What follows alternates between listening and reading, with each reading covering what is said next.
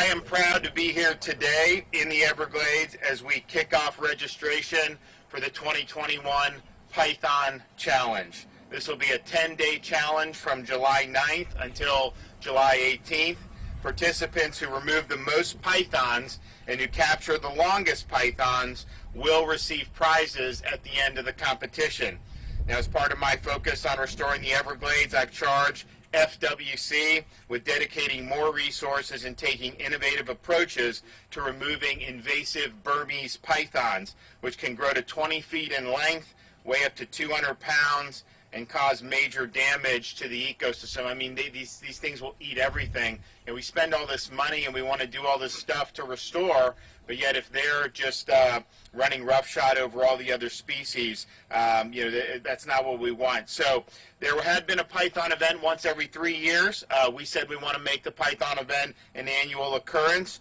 We've also expanded access for python removers into state parks, as well as worked with the U.S. Department of Interior to increase access to federal lands for python removal, particularly within the Big Cypress National Preserve. And as a result of our efforts, FWC had a record year for python removal in 2020. It was about a 35% increase in the number of pythons year over year between 2019 and 2020. And of course, 2019, 18, 17, those years were much better than they were 4 or 5 years previous to that. So we've done almost 5,500 pythons removed from the Everglades since I became governor. Total FWC has removed about 13,000 pythons since the year 2000. We love the Python Challenge. I know there's a lot of people. There's people from all over the world that want to come do the Python Challenge. So we want to continue to do that. But we also want to identify new ways to be able to remove pythons. And so, for example, FWC is training a python detector dog team. They're also working with the University of Central Florida to create infrared vehicle cameras to help us detect pythons. You look, it's very hard to find these. I mean, people will look all day. It's not easy. So if we can harness technology to help us identify them more quickly and easily, you're going to see even more pythons be able to be removed. So I look forward to a successful challenge. If you're interested in registering, visit flpythonchallenge.org, flpythonchallenge.org. As Rodney Barreto mentioned, yesterday we signed our budget.